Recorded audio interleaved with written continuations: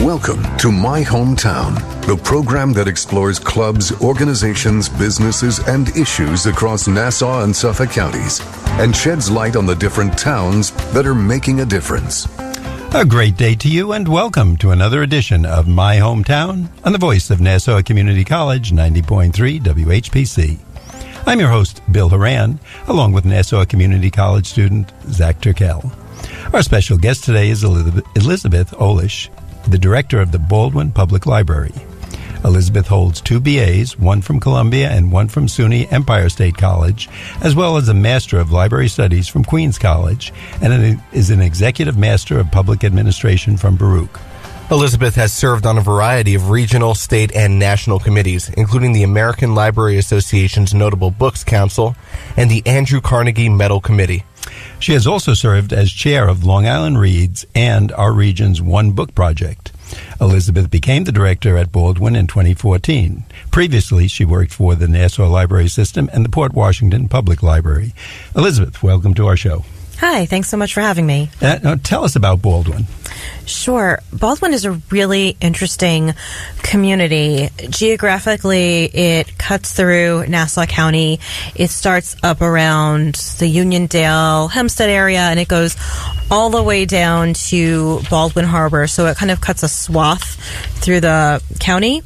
And it's an incredibly diverse community in a way I really don't see in a lot of other communities on Long Island. And I grew up here, so I feel that I can say that it's a really integrated place, which is unusual, and I think it makes it a great place for people to live and work. Makes a whole lot of sense because you live in Baldwin, and it kind of makes sense that you know the area quite well.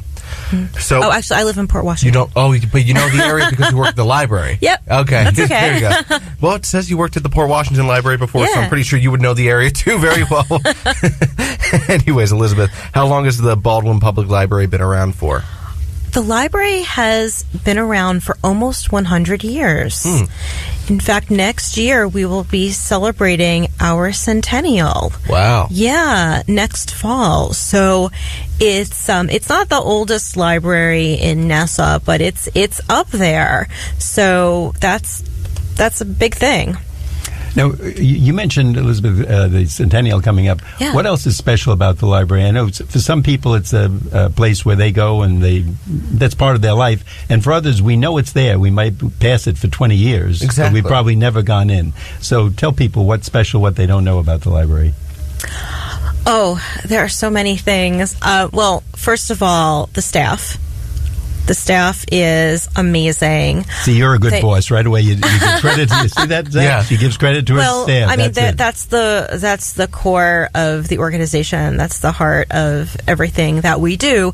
And I'm lucky that I have staff members who are really committed 100% to our mission, and they have a range of all different interests. I think it's really important when you work in a library to have other things that you enjoy doing outside of the library, whatever it may be, knitting or dogs or sports or whatever it is, because you're going to bring that passion to your job. Because remember, people come into the library and they have queries. They're looking for resources or say interest groups on the issues that they're passionate about, right? So if you have your own passion and your own expertise, I think it helps you to make that connection with people because you get it.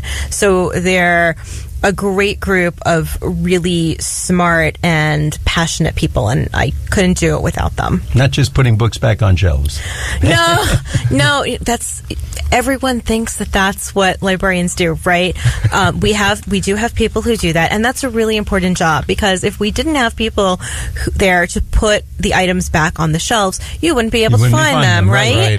Right? We'd go crazy and we'd be yelling at you. Yeah, so everybody is important no matter what it is that their job responsibility is. So, EIizabeth, you're telling me that as a radio host, I can even work at a library and I can fit right in.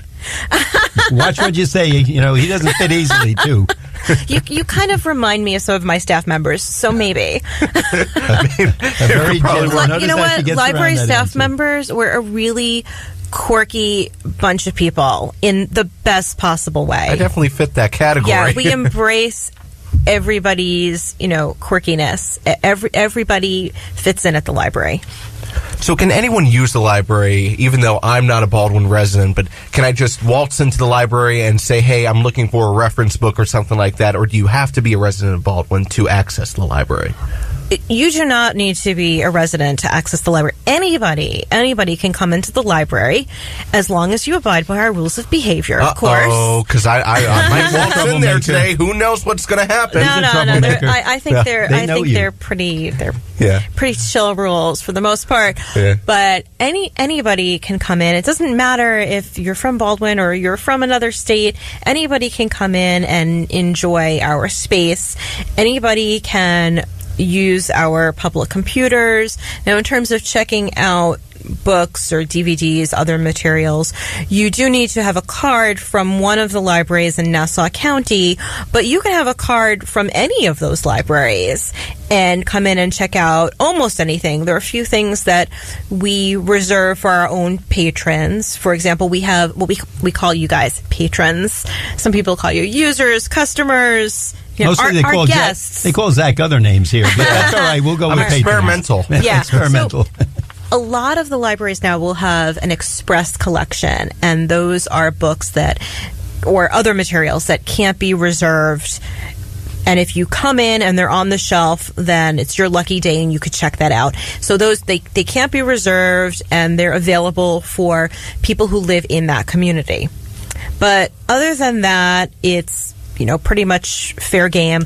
Also, we reserve the first few days of registration for our programs for people who live within our district. But after that, anyone can sign up too. So, yeah. Now, you've opened up some great doors for us, because I think people think it's hard to use the library, and I can't because I don't have a card. It's just coming in and applying for a card. Am I correct? I mean, it's not. Yeah. Well, libraries are funded by local tax dollars in New York State. So in Nassau County, for example, there are 54 public libraries, and they're each locally funded. So it depends. Most of them are school district public libraries, which means that, for example, Baldwin, we're chartered to serve people who live in the Baldwin school district. So if you lived somewhere else, a village, school district, whatever, you would go there to get your card. Sure. And libraries really try to make it as easy as possible to get your card, because we're really all about access. So if you come in with a photo ID, we'll issue you your card on the spot. Again, this is Baldwin. Other libraries work differently. If you don't have a photo ID with you, you can bring a couple of bills. We'll even mail your card to you if you don't have anything with you. Our goal is to try to get everyone in the community to have a card, and for everyone in the community to know that they're welcome in our space, especially kids, because it's so important for kids to get into that library habit early. And I just want to let our listeners know that you are currently listening to the voice of Nassau Community College, and the program is My Hometown on 90.3 WHPC. I'm Nassau Community College student Zach Turkel, along with Bill Horan, and our guest today is EIizabeth Olesh, who is the director of the Baldwin Public Library. And my question, Elizabeth, is I'm part of a generation where people use our cell phones. We use our computers out of home and to look things up. I've had to write numerous research papers, and I've never stepped foot in a library, and all I've done was use the computer in my room. So do people really use libraries anymore? I'm pretty sure a lot of people, and it's not geared towards you or any hateful way, but I'm pretty sure a lot of people have the assumption that libraries are for old people, and that's what they do to hang out. I'm not gearing it towards you, Bill. But I'm an old person, qualified. I have an AARP card. But do people still use the libraries, and how are people using the library? Oh, yes. People definitely still use the library. I mean, our circulation has actually been up. Great. Which is amazing. People might be using us in different ways. First of all, the library as space is incredibly important. I think. More and more people are not necessarily living, let's say, in a big house, right? There's more of a move toward living in a smaller place. They're talking about, smaller apartments for young people. A lot of older people move to communities where they have a smaller space. People want somewhere to go that isn't their house, right? They want this third place that we hear about, and libraries often serve that role. But, the library can also come to you. So, for example, when you're working on your papers, I hope you're not just using Google. No. No? I use various websites. Okay. Yeah. Well, have you used any of the library's databases or online services? I have used Nassau Community College's library database. Okay, good. Because we have so many online databases and other online services that people can use from the library, paid for with their tax dollars whenever they want. So you can download an ebook onto your phone or a downloadable audiobook instead of just going to a search engine and getting some unverified article from who knows where. You can use a database that we subscribe to for you, where you can get articles from trusted news sources for your school projects or whatever it is that you need. So, there's a lot going on at the library, and people are definitely using us, I think, more than before. I also think, and going back to the space issue, I think it's true that more is available online and digitally, even with the services that we're providing. And I think because of that, people are also looking for a human connection. Sometimes people come in just because they want to talk to somebody, and that's fine. That's great. Sometimes they come because they want to meet other people with a similar interest, like the knitting and crochet club that we have every week. So, people still need to see and talk to other human beings, no matter how digital we become, right? I'm always impressed in my library when I go in. They always have some program on, whether it's learning about photography, how to bake a cake, mediation, meditation, just different subjects, preparing your taxes, how to apply for Social Security. Right. A lot may not apply to a given person, but you find a few that you like, and you can open up a whole new world, and it's free. It's right there usually, or very minimal cost, if anything. Absolutely. Yeah, we try to keep those costs as low as possible for people. And here is a great secret for you about the library and programs. Because libraries have tons of programs.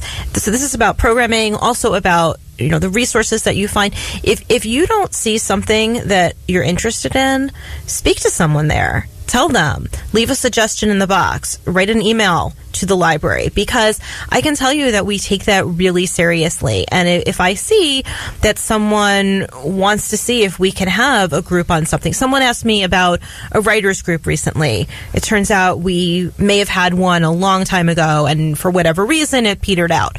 Well, I mean, why not? If that's something that people in the community want, we want to respond to that. And that's good to hear, because sometimes you come up with an idea to somebody and they say, oh, yes, that's a great idea, and it gets filed in the trash can and nothing ever happens. Elizabeth, as the head of the library, what's the coolest thing that's ever gone on over there, or you've been involved in, however you want to frame that? So I've been there about 4.5 years again, and I think that our centennial is going to be really, really cool. But one of the coolest things we did was a Star Wars Day. It was amazing, and we had the people from the it's the 501st Legion. They come dressed extremely authentically in Star Wars costumes, and we had Star Wars games, and I cannot even tell you how many people came. I mean, from babies. We had someone there with a tiny baby and said, this is my newborn, and this is my newborn's first outing in the community. Wow. To come to Star Wars at the library, up through grandparents and great grandparents, some of whom were dressed in costume. It was amazing, and just to be able to bring people of all different ages together around this common interest. was fabulous. I thought you were going to tell me some kind of mild story, and that's really interesting. A library person, I've never seen that in my library, but I think it's a great idea and a lot of fun. Elizabeth, at this point in the show, it's time to take a break, so I'd like to let our audience know that I'm Bill Horan, along with Zach Turkel. Our special guest today is Elizabeth Olesh. She is the director of the Baldwin Public Library. And you're listening to My Hometown on the voice of Nassau Community College, 90.3 WHPC. We'll be right back after the break.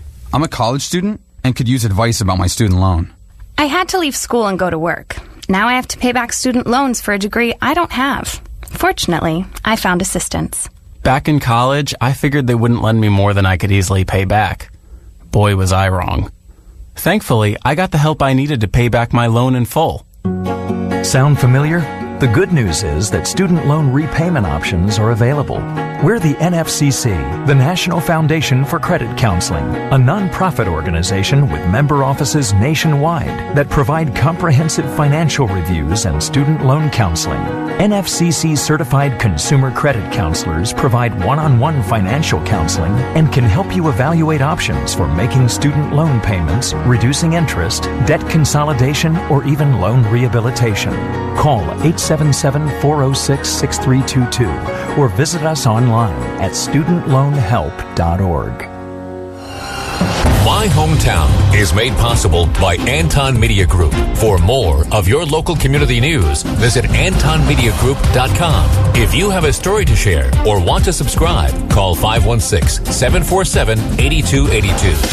WHPC. And now we return to My Hometown. We're back on My Hometown on the voice of Nassau Community College, 90.3 WHPC. I'm Nassau Community College student Zach Turkel, along with Bill Horan, and our guest today is Elizabeth Olesh, who is the director of the Baldwin Public Library. So, Elizabeth, what services do people not know about or might be surprised to find at their library, what they offer? Well, one service that I think people just don't know enough about is Talking Books. Have you heard of Talking Books? Mm-hmm. Yeah, it's a national service. I'm glad that you've heard of it. So it's a federal service for people who have disabilities that keep them from using standard printed materials. So it could be a person who has a visual impairment, but it could also be a physical impairment that keeps you from using a regular book, like maybe multiple sclerosis, bad arthritis, anything like that. And libraries can help you, your local library can help you get set up for that service if you need it, and then they will send a talking book machine to your home. So the federal service will do that. Our regional center is in New York City. So they will send you what you need so you can take advantage of that, because there's so many people who feel they can't use the library, that they have trouble with access because of having a disability. And I want people to know that they can still enjoy library services. We also in Baldwin offer a homebound service for people who aren't able to get to us. So we can bring materials to you, whether it's a long-term disability or short-term. You know, you've had surgery, you're laid up, you can't get out. We can help you with that. You're nice people. Thank you. We try. Now, when you say a talking book, is that the same as what we consider an audio book that we've heard, or is that different? No, it's different. There are special allowances that are made to get around copyright, let's say. Okay. So because they are for people with disabilities, there is a wide range of materials that can be recorded. And that's great to know for people who may be taking care of a parent or someone ill at home, even if it's temporary, that while they're gone, if somebody gets wrapped up in a book or a book that they can maneuver with, whether it's talking or audio or whatever the term might be, it makes the day a little more enjoyable, and it gives them something interesting to talk about when the other people are around, rather than, I'm feeling better, and and the conversation stops. So, Elizabeth, what are some of the big issues facing public libraries today? Oh, well, I would say, first of all, remaining relevant, because people have this question of whether or not people use us anymore. So, and that's something that we're always trying to work on, to get the word out about what it is that we really do. And, funding is hard. especially now with the tax cap, and I know that taxes are certainly a sensitive subject for people, but it makes it hard because we rely on those local taxes to be able to provide services, and balancing what we offer and the things that we would love to be able to do with economic realities can be tough. And by the way, just to our audience, give yourself a little treat. Go to your local library, even if you don't have a library card. Just walk around, and say you heard EIizabeth Olesh speaking on. No, seriously, in any library, she's known. We'll make you running for politics. Because of some of the work that I've done, a lot of people in a lot of the libraries do know me. But really, just for their own benefit, if someone who may be not taking advantage of this, what's there? And even if you're not a great reader, you can pick up a book, you can gaze through it and say, gee, I always want to know more about business or doing my own accounting or starting a private There are periodicals, too. Yeah, there are DVDs, audiobooks, all kinds of Today, things. when a magazine is $5 and $7 just to pick it up, you can go in there and read it right there and save yourself a ton of money, and also be current on issues, and probably meet a few of your friends while you're there. Well, and my library also offers digital magazines. A lot of the libraries do now. So, for the commuters out there, you can, you don't have a long span of time. Maybe you just want to look through a magazine. You can load one onto your phone or your iPad and read it. So even better, see more ideas. And no, I'm sure you give a lot of the people as they come in more ideas. Yeah. I just want to let our listeners know that you are currently listening to My Hometown on the voice of Nassau Community College, 90.3 WHPC. I'm Nassau Community College student Zach Dragell, along with Bill Horan. And our guest today is EIizabeth Olesh, who is the director of the Baldwin Public Library. And EIizabeth, so how did you become a library director? And another question that I want to tie into this, do you have to have a degree to become a librarian? Yes, you do. Oh, boy. Seems like everything. You have to have a bunch of degrees. You have a pile of them. Yeah. I do. I like school. What can I say? So before you become a library director, you need to be a librarian, which means you need to go to school to get a Master of Library Science or Library Studies or whatever. I never knew that existed. Well, yes. Yes, it does. Wow. And before that, I think it's a good idea to get some experience to see if working in a library is something that you enjoy. So I worked as a page when I was in high school, actually, before I went on to, greatness. So you get a BA in whatever it is that you want to study, and I think it's great for someone who wants to be a librarian to, major in, whatever your passion is. It doesn't matter. Whatever you like. Communications. Great. I mean, it's all about communication, right? So that's a great one. There are people who major in the sciences, whatever it is that you love. And then you go on and you get your master's degree to become a librarian. And then, after you have some experience, if administration is something you're interested in, then you could look into that. Here in Nassau, it's all about civil service, so there are exams that you need to take so that you can progress up the ladder. And I also decided to get a master's degree in public administration because wanting to be a director, I thought that having that background, it's kind of like an MBA, but for the public sector, I thought that would be really helpful, and it's a degree that I use every day in my job.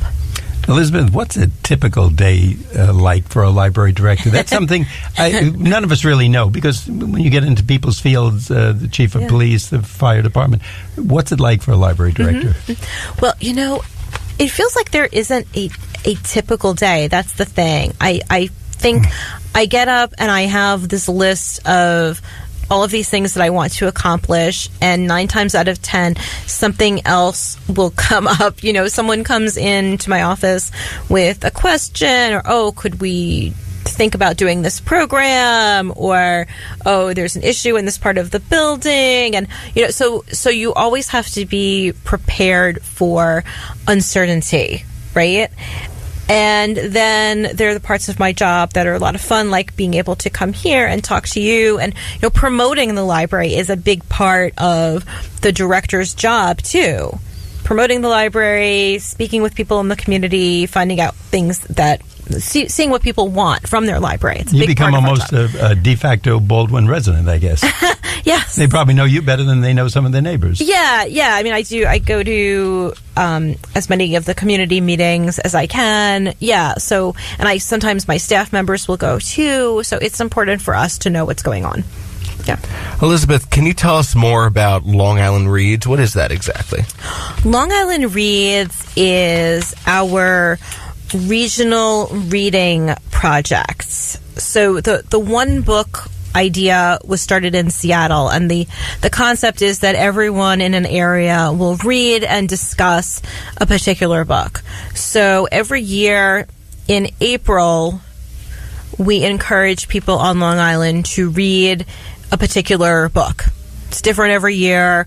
Usually they will get the author of that book to come to a venue on Long Island and have an event, at least one event. Sometimes there will be other sub-regional events as well. So it's a great way to read something maybe you hadn't considered before and to discuss it with other people in your community. And the book always has some kind of a connection to Long Island or the greater metropolitan area. Either the writer grew up on Long Island, lives on Long Island, or maybe the subject matter has something to do with our area. Elizabeth, if you were a chef, we would ask you your favorite dinner, etc. So naturally, we have to ask you, of recent vintage, is there a particular book or author that you're very high on or you want people to know about and say, oh, you have to read this book, it's such a good mystery or whatever? I'm so glad you didn't ask me what my favorite book is, because I don't just have one favorite. One book that I loved, and I can't remember the author, that is so horrible, but you guys, you can look it up, or I could look it up for you later. I loved Mr. Rochester, which is the story of the story of Jane Eyre, but from the viewpoint of Rochester, the guy, and then from a totally different perspective. There is an author, N.K. Jemisin.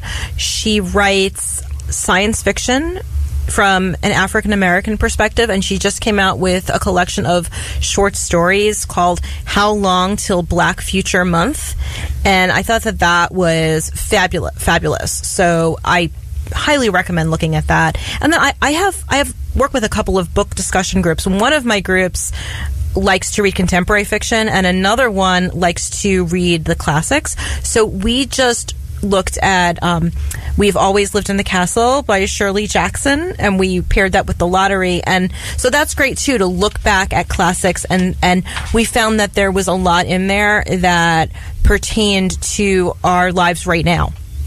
Elizabeth, very interesting. I'm sure anybody talking to you, so if you have a cocktail party, invite Elizabeth. She knows all about Baldwin. She can tell you all about the best books to read and save you time when you go to the library. So we want to thank our guest, Elizabeth Olesh, the director of the Baldwin Public Library, for joining us today. I'm Bill Horan, along with Nassau Community College student Zach Turkel. Thanks for listening to My Hometown. We like to get your feedback on My Hometown. Send your comments to whpc@ncc.edu. My Hometown is produced by Jim Green, executive producer. Nassau Community College, where success starts and continues. Till next time, this is Bill St. James. And remember, there's no town like your hometown. The views expressed on air are not necessarily those of WHPC, its management, or Nassau Community College. Responsible opposing viewpoints will be considered by emailing them to whpc@ncc.edu or by mail at WHPC 1 Education Drive, Garden City, New York 11530. Thanks for listening to the voice of Nassau Community College, 90.3 WHPC.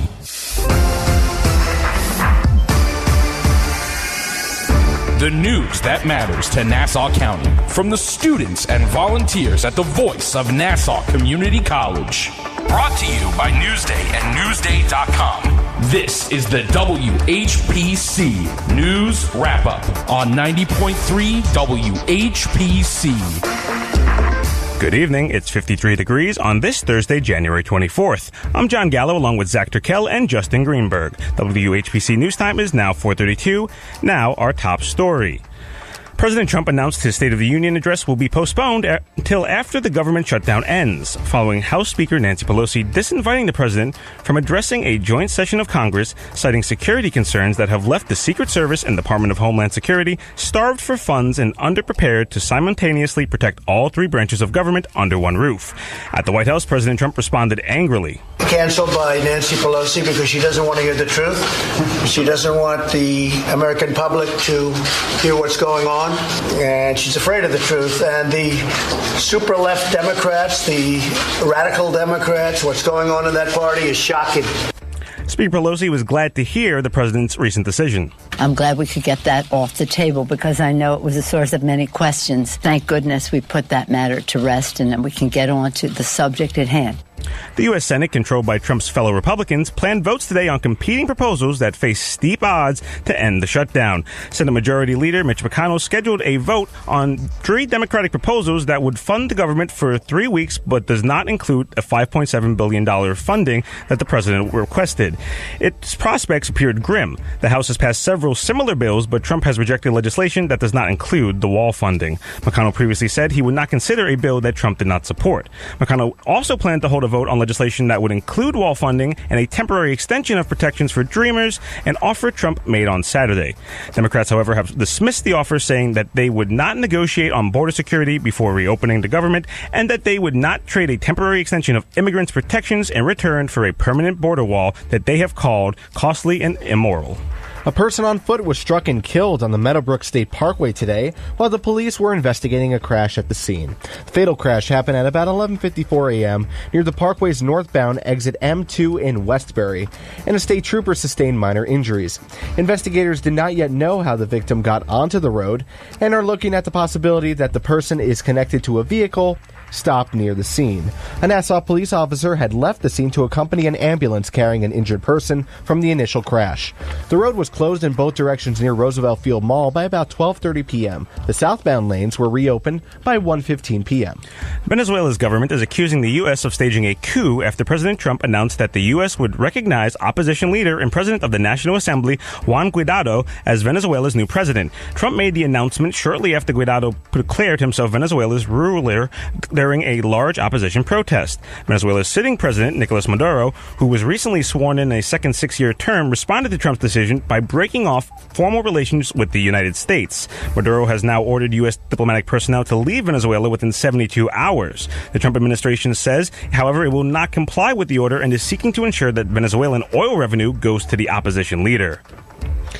A witness in the retrial of former Nassau County Executive Edward Mangano and his wife Linda testified today that county officials took unusual steps to help award a lucrative contract for bread and rolls at the county jail to a businessman who pleaded guilty to bribing the politician. The contract was worth about $225,000 a year and called for providing 150,000 loaves of white bread and 216,000 bagels to the Nassau County Jail. It was awarded in 2012 to Harendra Singh, the Mangano's longtime friend, ending a decades-long run by a Rockland County bakery. Prosecutors say Edward Mangano tried to steer the contract to a Massapequa bakery owned by Singh in return for bribes. Defense attorneys have argued that it was the county legislature's then presiding officer, Peter Schnitt of Massapequa, who did that. President Trump's former attorney and fixer, Michael Cohen, announced plans to indefinitely delay testifying to the House Oversight Committee, citing verbal attacks by President Trump. In a statement, a spokesperson said Cohen was postponing his Capitol Hill appearance, quote, due to ongoing threats against his family from President Trump and Mr. Rudy Giuliani as recently as this weekend on Fox News. He should give information maybe on his father-in-law, because that's the one that people want to look at, because where does that money? That's the money in the family. Michael Cohen has been sentenced to 3 years in prison for various charges related to his work on behalf of Donald Trump. In response to the Senate Intelligence Committee, today formally subpoenaed Cohen to testify. Coming up on the WHPC News Wrap-Up. The number of Long Island school districts facing fiscal stress has doubled in the past year. Find out which ones they are up next on the Voice of Nassau Community College, 90.3 WHPC. This is Rabbi Pearl. What's happening? I can't take it anymore. Sunday morning, I wake up early to host Jewish Talk at 8:30 a.m., a program that speaks in English but thinks in Yiddish. On the voice of Nassau Community College 90.3 WHPC and streaming live on the iHeartRadio app. This is the WHPC News Wrap-Up on the voice of Nassau Community College, 90.3 WHPC. WHPC News Time is now 4:38. The number of Long Island school districts facing fiscal stress has doubled in the past year from 4 to 8, and 2 of those systems are among the most strained in the state. The state comptroller's office reported today that the Wyandank District and tiny New Suffolk District in the East End show signs of, quote, significant stress. 6 additional systems got less severe ratings of, quote, susceptible to fiscal stress. Most districts in that category, second tier, include Roosevelt, North Belmore, Eastport, South Manor, Hempstead, Long Beach, and Rockville Center, and they have all been posted on the state's financial alert list. The MTA has decided to postpone the vote on a plan that could hike train and subway fares until next month. Representatives previously said he felt the vote should be put off until after a state budget is approved. Paley says it would give the MTA a better idea of its financial needs. Meanwhile, LIRR President Philip Eng says new funding is needed to improve the railroad. Mark Epstein, the chairman of the Railroad Commuter Council, says the fight to avoid the hike is not over. We're glad they didn't vote to raise the hike. However, I don't know what's going to happen in the next month to change this plan. We will continue to call them. We will continue to offer our services, and we will continue to hound them to not do a fare hike without any kind of other cost-saving measures. Riders argue that the price hike is unfair, considering the LIRR just reported its worst on-time performance in 19 years. Under the current plan, the maximum increase on weekly and monthly tickets would just be under 4%. Thousands of teachers in Los Angeles returned to the job yesterday, fresh off a 6-day strike against the second largest U.S. school district that disrupted the education of 500,000 students. Rank-and-file members of United Teachers Los Angeles voted overwhelmingly to approve a 3.5-year contract agreement that the union and school district had reached. The agreement gave teachers an immediate pay raise of 6% and also included provisions to reduce class size and hire more nurse librarians and counselors. The L.A. Unified School District kept schools open during the strike by its more than 30,000 teachers staffing campuses with substitute teachers and support staff to supervise students. In Denver, public school teachers have also voted overwhelmingly to go on strike. A 21-year-old Florida man accused of killing 5 people in a bank rampage has been charged with 5 counts of predetermined murder in the first degree. The attack took place at the SunTrust Bank in Sebring, a town of about 10,000 people 95 miles south of Orlando, at around lunchtime yesterday. The 21-year-old suspect called 911 and said he had shot 5 people inside the bank. When police entered the premises, he had barricaded himself inside before surrendering. The local police chief told reporters about the horrific scene. Yeah, as I said before, I'm going to have to comment after the trial, it looks like. Well, anyways, that's a wrong clip, but no information has been released about the victims, who were the only people in the bank at the time of the shooting. A divided U.S. appeals,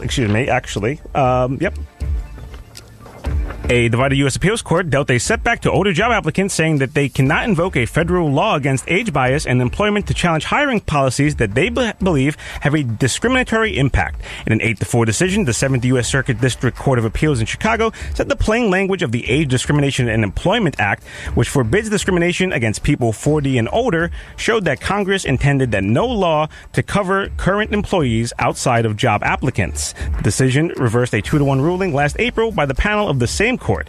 Court Judge Michael Scooter, an appointee of President Trump, wrote the majority opinion. According to the Bureau of Labor Statistics, people 55 and older comprise 22% of the U.S. workforce.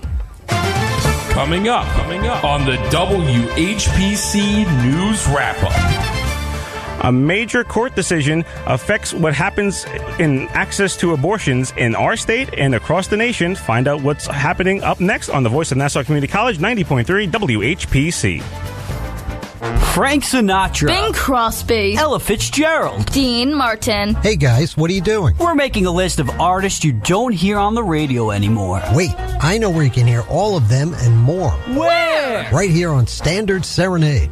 Join me, Glenn DeMilt, for 2 hours of great songs by the great stars. Saturday afternoon at 5 on the Voice of Nassau Community College, 90.3 WHPC. Those serving in our military, they're the difference makers. Separated from family, enduring hardships far from home, sacrificing for their country while serving in a different country. Well, for those of us who support our armed forces through the USO, we get to make a difference too. Through the USO, we get to be the force that delivers the phone call between spouse and deployed service member. The force that brings newborn and new parent together through a delivery room video chat. And the force that makes sure our military serving 7,000 miles away gets to watch the big game from a USO center. We get to be the force behind the forces, connecting them to every comfort of family, home, and country possible. It's a good feeling to make a difference. Visit uso.org/force to learn how you can be the force behind the forces. This is the WHPC News Wrap-Up on the voice of Nassau Community College, 90.3 WHPC. WHPC News Time is now 4:43. A state district court in Iowa has struck down what has been called by some the nation's most restrictive ban on access to abortion. The Iowa law banned abortions once a fetal heartbeat can be detected, something that typically happens just 6 weeks into a pregnancy and even before many women realize that they're pregnant. The law was widely seen as a direct attempt to challenge the landmark 1973 Roe v. Wade ruling at the Supreme Court. Meanwhile, lawmakers in New York State yesterday approved a bill protecting a woman's right to an abortion if Roe is overturned and eliminating inclusion of abortions from New York's criminal code. The Long Island Railroad officials said debris was cleared from a car crash near a railroad crossing in Garden City yesterday evening, an incident that left one person injured and caused delays on the Hempstead line of up to 45 minutes. Officials began sending out alerts shortly after the collision between two cars happened shortly before 6 p.m. at Nassau Boulevard. The delay originally had been attributed to a car on the tracks, not debris from the crash that temporarily suspended service to the Hempstead station altogether. Subsequent tweets said trains were delayed by up to 45 minutes because of the accident. And the MTA police said and emergency medical technicians were on the scene investigating. A powerful House committee has launched an investigation into what it calls, quote, grave breaches of national security over how White House officials were awarded clearances to read highly classified documents. Democrats on the House Oversight Committee say that the White House and Trump transition team gave clearances to officials who should not have had access to the nation's top secrets. Among those cited by the committee, former National Security Advisor Michael Flynn, who lied to the FBI about secret conversations he held with Russia's ambassador to the U.S., former White House Staff Secretary Rob Porter, who received a security clearance despite allegations of spousal abuse, and President Trump's son-in-law and senior advisor Jared Kushner, who failed to report over 100 foreign contacts on his initial application for clearance, which he later revised 3 times. CVS Pharmacy unveiled an initiative in U.S. stores today labeling photos of models in its beauty aisles to make it clear whether the images had been digitally altered. The U.S. number 2 drugstore chain, part of CVS Health Corporation, is the first major American company to adopt such a policy in the face of rising concerns about doctored images, setting unrealistic ideals of beauty, especially for young women. The retailer said today that 70% of all in-store beauty imagery was now flagged as, quote, beauty altered or digitally altered. The company announced its Beauty Mark initiative a year ago and has promised that by 2020, all images in its stores nationwide will be marked. Neutrogena, CoverGirl, and Revlon are among 13 brands working with CVS on the policy. Celebrities and others paid to promote products on social media are required to post only unaltered, unfiltered images. And let's take a look at WHPC's Business News Report, starting with how the stock markets closed today. It looks like the Dow Jones closed down 22 points to close at 24,553. The Nasdaq closed up 47 points to close at 7,073. And the S&P closed also up 3 points at 2,642. And in your local business news story, Long Island homebuyers are competing for the lowest supply of listings in at least 15 years, pushing up prices and speeding the pace of sales. The median price of homes on Long Island, excluding those on the East End, increased to $400,000 $131,000 in the last quarter of 2018. It took an average of 70 days for a home to go into contract, down about 10% from the year before. Ann Conroy, president of Long Island's division of Douglas Elliman, says a shortage of listings, quote, is what's driving prices up because there's still limited inventory. The year-over-year drop was caused by a decline in Suffolk, where inventory dropped by more than 20%, as opposed to in Nassau, where listings increased by almost 14%. Now, your WHPC Long Island weather forecast. Tonight, well, thankfully, the storm system will finally be out of us. Some clouds this evening, and we'll give way to mainly clear skies overnight, a low of 28 degrees. Tomorrow, quite a difference in temperatures. Get a chance to dry off, but it's going to be sunny, along with a few clouds with a high of 37 degrees, so please put on a jacket if you will. Finally, Saturday, partly cloudy skies, and it'll even be cooler with a high of around 30 degrees. Right now, it's a warm 53 degrees outside our studios in Garden City. Coming up on the WHPC News Wrap-Up. A major new celebrity is added to the Super Bowl performance show. Find out who it is coming up next on the Voice of Nassau Community College, 90.3 WHPC. Hi, I'm Rob Leonard. And I'm Tim Leonard. And yes, we're brothers. Join us every Monday at 9 a.m. as we talk sports on From the Press Box. We'll give you news and opinions about the Yankees, the Mets, the Knicks, the Nets, the Giants, the Jets, the Islanders, and the Rangers. And yes, we're a soccer-friendly show. Come on, you Spurs. So join us every Monday at 9 a.m. for From the Press Box right here on the Voice of Nassau Community College, 90.3 WHPC, streaming on the iHeartRadio app and podcasting on Spreaker.com. This is the WHPC News Wrap-Up on the Voice of Nassau Community College, 90.3 WHPC. WHPC News Time is now 4:49. And entertainment headlines today. The Wizard of Oz is returning to theaters this weekend for a special limited engagement marking the 80th anniversary of the film's Hollywood premiere. Fathom Events, TCM, and Warner Brothers are re-releasing the beloved family film in select theaters across the country beginning on Sunday, January 27th, with additional dates scheduled for January 29th and Wednesday, January 30th. The Wizard of Oz went on to be nominated for 6 Oscars at the 1940 Academy Awards, including Best Picture, though it lost out to Gone with the Wind. No slouch. It did take home a trophy for original song for Over the Rainbow and original score. According to the Library of Congress, The Wizard of Oz is the most seen film in movie history. Add Cardi B to the list of celebrities who will be featured in Super Bowl commercials this year. The I Like It rapper unveiled a quick 6-second teaser trailer for her upcoming Pepsi ad that will run during the football championship on February 3rd between the New England Patriots and the Los Angeles Rams. In the snippet, the 26-year-old hitmaker is sitting in a diner booth wearing a silver and blue sequin blazer and tapping a bedazzled Pepsi soda can with her blinged out nails. As Cardi smirks and looks at the person opposite her seat, the ad fades to blue and you can hear her signature. That's my best Cardi B. That's not bad. It's better than mine.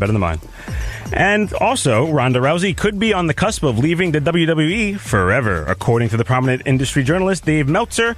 If true, Ronda's career in sports entertainment will have been a short-lived but electric one. The 31-year-old mixed martial arts expert in 2016, having won the Strikeforce and the UFC Bantamweight World Championships. After a wildly successful run in UFC, she joined WWE and celebrated a contract signing by slamming her boss through a table last year. She made her WWE debut in April 2018 and blew the roof off the joint in her very first wrestling match. She's expected to wrestle at the WWE's signature event later this year, WrestleMania 35, but may bow out shortly after. Coming up on the WHPC News Wrap-Up. Find out what's going on in local sports for all the teams you care about when we return on the Voice of Nassau Community College, 90.3 WHPC. Want more sports? We have more sports. Let's get it. Catch WHPC Sports Talk all week to get your sports fix. Break it down. Monday mornings at 9.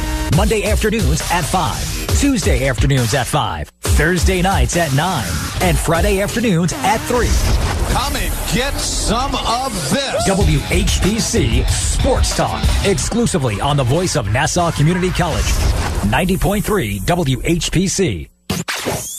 This is the WHPC News Wrap-Up on the voice of Nassau Community College, 90.3 WHPC. WHPC News Time is now 4:52. And for a look at sports, here's WHPC's Justin Greenberg. Thank you, John. In hockey news, the Islanders' turnaround season so far was recognized as the Professional Hockey Writers Association released the results of its mid-season awards voting on Thursday. Barry Trotz finished first in balloting for the Jack Adams Award as the top coach. Goalie Robin Lerner was first in voting for Comeback Player of the Year, and Lou Lamoriello was third in balloting for General Manager of the Year. All three are in their first season with the organization. The Islanders, who are 29-15-5, are seeking their first playoff berth since 2016. They lead the Metropolitan Division by 3 points over the Stanley Cup champion Capitals as they enter their combined All-Star break and bye week. They play next against the NHL leading Lightning on February 1st at the Nassau Coliseum. And in basketball news, the many moods of Enes Kanter took another hit on Wednesday, and this one might be the one that pushes him out of New York. Kanter went from being told in the morning by Knicks coach David Fizdale that he would be starting Wednesday night against the Rockets to finding himself left on the bench for his first did not play of his career. Kanter said, "I think that they're doing me is pretty messed up because they just told me this morning that I'm starting. Coach said it himself that I'm starting. I come to the game and I didn't even play. I'm trying to be a good teammate here, man. The whole league knows me. I'm always with my teammates with the organization that I play for. Like I said, I want to play basketball. We're all competitors. I want to play basketball. So, just if you're going to play me here, play me. If not, then just get me out of here." Kanter has already spoken to Knicks general manager Scott Perry about his situation, and the team has been seeking a trading partner to take on the expiring contract of Kanter without bringing back a lengthier deal onto the Knicks salary cap. And finally, in some baseball news, when the late pitcher Roy Halladay is inducted later this summer into Baseball's Hall of Fame, he will go in neither as a member of the Toronto Blue Jays nor the Philadelphia Phillies, the two teams which he enjoyed a legendary career. Instead, at the wishes of his family, he'll enter simply as a former player. The baseball cap that will adorn the plaque will be blank. It won't have the logo of either team he played for. Halliday's widow, Brandy, made the announcement when speaking to reporters after a news conference Wednesday morning, introducing the Hall's 2019 induction class at the St. Regis Hotel in Manhattan. Brandy Halliday and her sons Ryan and Braden were in attendance to represent their husband and father, a well-deserved Hall of Famer. For WHPC, rewind. For WHPC Sports, I'm Justin Greenberg. And in the lighter side of the news, a Los Angeles startup is offering to let people choose their own illness schedules by buying a box of used tissues for the low price of just $80. Because why not? The company claims that, quote, using a tissue that carries a human sneeze is safer than needles of pills. Indicating exposure to the viruses on the tissue serve as an alternative to flu shots and similar vaccines, they claim. The company is unclear on whether the tissues are artificially treated or coated with the waste materials from an actual human sneeze. It's kind of disgusting. That doesn't seem very safe. But William Schaffner, a doctor and infectious disease specialist at Vanderbilt University, called the effectiveness of such a scheme a cockamamie idea. End quote. An Italian family's cat is officially a Guinness World Record holder after being measured at 3 feet, 11.2 inches long. The owner said they had a feeling when their now 2-year-old cat was just a kitten. That his unusual size would land him in the record books. The cat is named Barryville, and Guinness confirmed that his staggering length was enough to earn the record for the longest living domestic cat. The couple said Barryville, whose name means clown or joker, has a laid-back personality and likes going for walks in the stroller.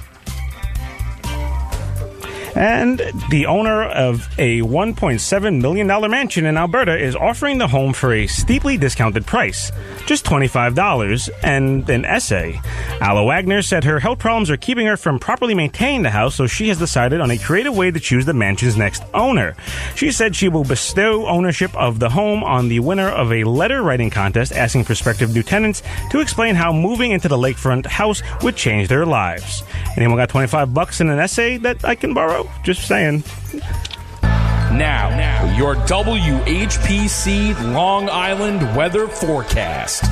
Thankfully, the storm will be out of our way by tonight. Some clouds this evening. Clouds, excuse me, not clowns. That'd be a scary weather report. Right. We'll give away to mainly clear skies overnight with a low of 28 degrees. Tomorrow, quite a departure from today. It'll be sunny with a few clouds of a high of 37 degrees. And finally, on Saturday, partly cloudy skies with a high of 30 degrees, so a little bit cooler, so put in your jacket for the next couple of days. Right now, it's warm and humid, 53 degrees outside our studios in Garden City. Thanks for listening to the WHPC News Wrap-Up. For Zach Turkel and Justin Greenberg, I'm John Gallo, and stay tuned because the astronomically amazing Rita Monti is coming up next with a new episode of Profumi d'Italia. Buonanotte. Good night, everyone. The WHPC News Wrap-Up is brought to you by Newsday and Newsday.com on the voice of Nassau Community College, 90.3 WHPC. This show is brought to you by La Piazza, pizza, pasta, and brick oven. Delivery and both on- and off-premise catering also available. With locations at 1137 Old Country Road in Plainview, 2191 Merrick Road in Merrick, and their Cucina Italiana and Wine Bar at 512 Walt Whitman Road, Route 110 in Melville. More information and menus are available on the web by visiting lapiazzaonline.com. Come on, everybody. Let's sing along with Bruce. Say it! Show a little...